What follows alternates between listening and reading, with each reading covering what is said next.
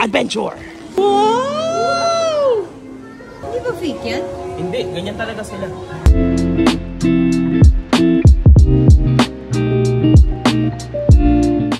Greetings mga brad! Anong balita sa inyo? At muli nga na naman tayong nagbabalik sa ating Dorset series. Kaya punta naman tayo sa isang famous attraction dito sa Dorset kahit pa umuulan. Ito ay ang Sea Life Weymouth.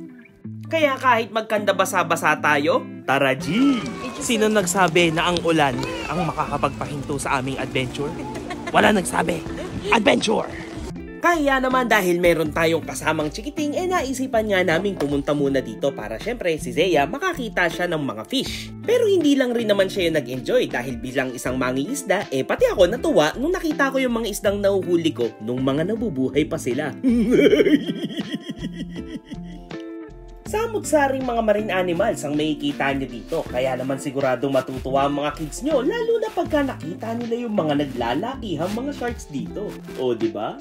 Shark! Baby shark! Shark!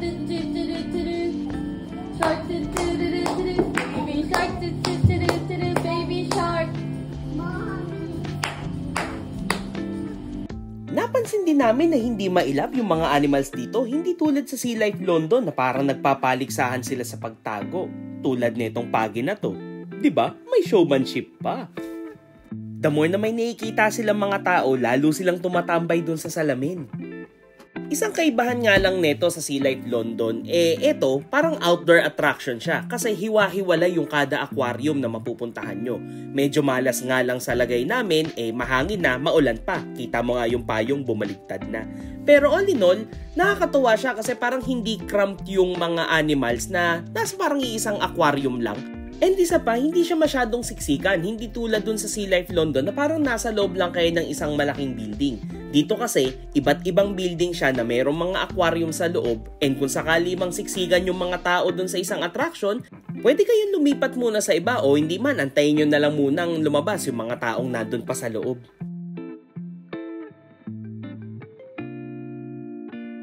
We're going to the number 4, which is the nursery. Seahorse Nursery. Tulad yan na nasabi ko, parang open field siya, di ba? Minalas lang kami at umuulan. Kaya medyo iba yata yung in-enjoy netong inaanak namin. Kaya kung hindi mahilig sa mga marine animals yung mga kids nyo, pwedeng-pwede sila sa mga muddy puddles. Tama, tama. Meanwhile, eto naman kaming mga matatanda na sobrang interested talaga dito sa mga hayop. Hindi naman hayop, huwag naman natin silang tawaging hayop. Sa mga animals dito sa loob.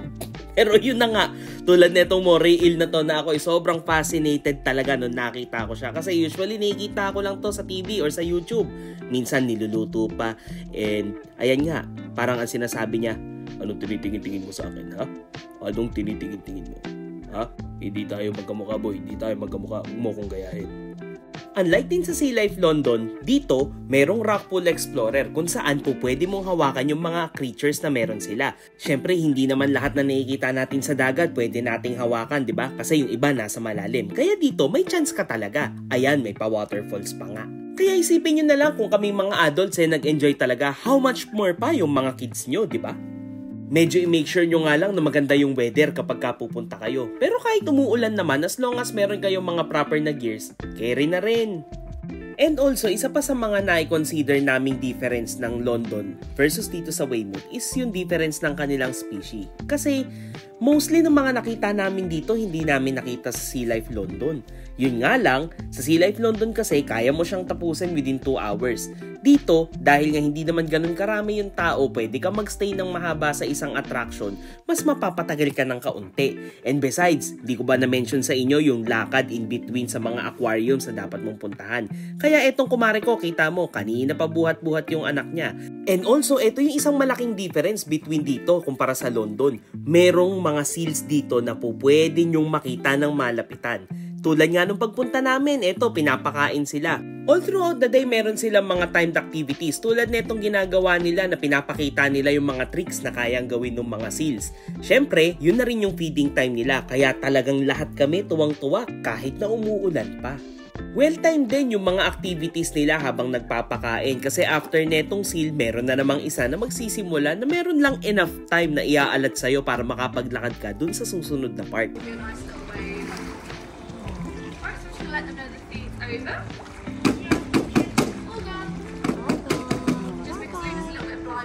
O diba, halatang sanay na sila. Kaya habang nag-aantay dun sa next attraction, eto, pumunta kami sa ilalim ng aquarium para makita ko anong ginagawa ng mga seal kapag hindi sila kumakain sa taas.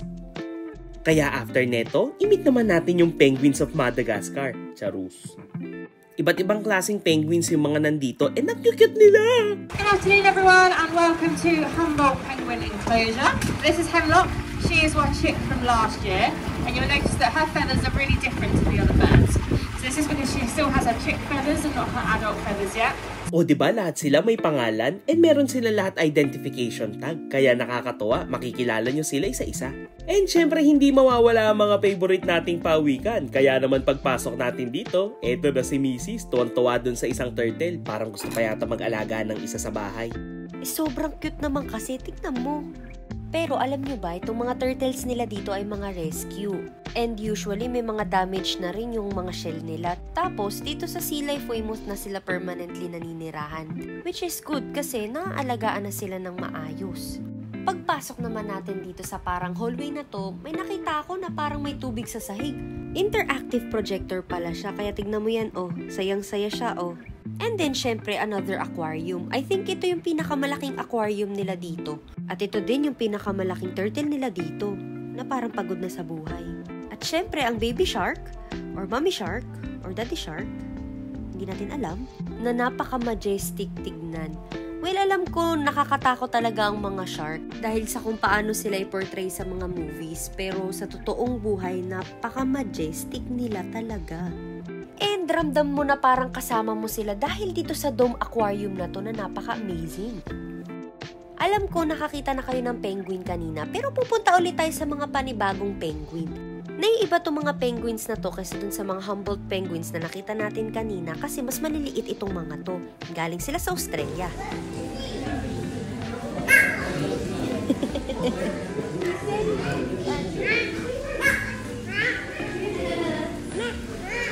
O, diba? Liliit at ang cute nila, parang mga squeaky toys. And syempre, nagkaroon din tayo ng chance na makita kung paano sila pinapakain ng kanilang mga caretaker. Nasa sand nga pala ang habitat nitong mga fairy penguins na to. Unlike ng mga penguin kanina, mostly nasa tubig. Habang kumukuha nga ng video si Mrs. doon, na-appreciate ko naman tong wall na to kasi dito ko nakita yung height comparison sa mga penguin. Kasi kapag ka nanonood ka lang sa National Geographic, hindi mo naman ma-appreciate gaano ba talaga sila kalalaki. Nagulat ako, yung Emperor Penguin pala mas malaki pa sa akin. Medyo malas nga lang kasi hindi namin nakita yung mga otters dito sa mga kapanahunan to kasi sabi nila kapag karaw sobrang lamig, nagtatago sila sa mainit na part. Hindi ko naman mahanap kung saan yung mainit na part na yun na itong enclosure na to. Kaya yan, tamang spot lang kami pero wala pa rin talaga kaming nakita. Nag-divide and conquer na kami ni Mr. sa paghanap kasi balita ako sobrang cute nila pero wala talaga. Uwi na lang tayo. Meron din palang isang playground dito na pwede nyo paglaruin yung mga anak nyo habang kayo naman nag-e-enjoy sa iba't ibang attraction. Pero hindi ko marirecommend yun, ha? Meron din silang parang safari-style wetlands dito pero hindi na namin ni-risk kasi ayan, sobrang lalim ng mga baha and hindi kami ganun ka-waterproof today. Kaya nilakaran na lang namin yung mga pwede naming puntahan and syempre hindi ako magpapahuli na maglinis ng sapatos dun sa baha. Maiksi man tong video na to pero umabot din yata kami ng halos 3 oras kakalibot dito sa attraction na to. And of course, hindi tayo magpapahuli sa gift shop. And finally, nakahanap din ako ng stuffed na beluga whale. Ewan ko ba, favorite animal ko kasi ang beluga whale eh. Dito ka lang pala makakita niyan. My spirit animal. Ayun o, di ba baby shark yan? Yung pala yung gusto niya. Binitawan niya yung isa. Para kumuha ng mas malaki. 18. Oh, so happy. Finally. Ewan ko ba naman, bakit ba ako natutuwa sa beluga whale? Wala lang, ang cute kasi nila tsaka matatalino sila. Pero syempre yon, di ako nagpahuli, humanap din ako ng para dun sa inaanak namin. Eto, mahilig naman siya sa baby shark. Charis. May nakita akong nagsasparkle yung mata kaya yun na yung kinuha ko. And syempre, ang mandatory fridge magnet para sa ating fridge of memories. Sa 25 pounds, masasabi ko ba na sulit itong naging lakad namin na ito? Well, I guess oo. Especially kung may mga chikiting kayo. Oo nga pala, libre ang mga kids dito ha. Specifically, 2 years old pababa. Pero para sa aming mga adults, sulit ba? Oo naman. Lalo na sa paghihil ng aming mga inner child. And it's time na para ibigay sa aming bebe ang pasalubong. What's that? Baby shark! Are you happy?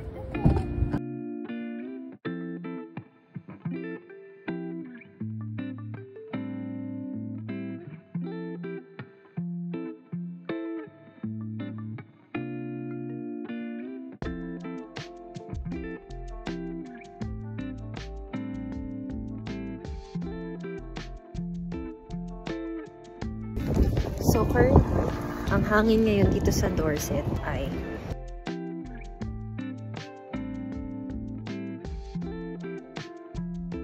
Sa laki ko na nga to tinatangay pa rin ako ng hangin, no? Diba? Diba? Para akong lobo. Hindi pala, mukha lang talaga akong lobo. napaka-OA. Muslim ka, tikat tinatabla ng hangin, OA na ako. Anyway, we're in Tesco and kami ay shopping ng ice cream. Yes po, opo. Kung kailan po talaga bumabagyo at malakas ang hangin, saka kami mag-ice cream. We got our ice cream! And my crusty roll. Pagkabalik nga namin sa aming lodge, napagdesisyon na namin na hindi pa kami masaya sa ice cream lang. Kaya naman, pagpasok namin at paglagay ng mga ice cream sa freezer, napagdesisyon na namin na, Now, we're off for a kupi.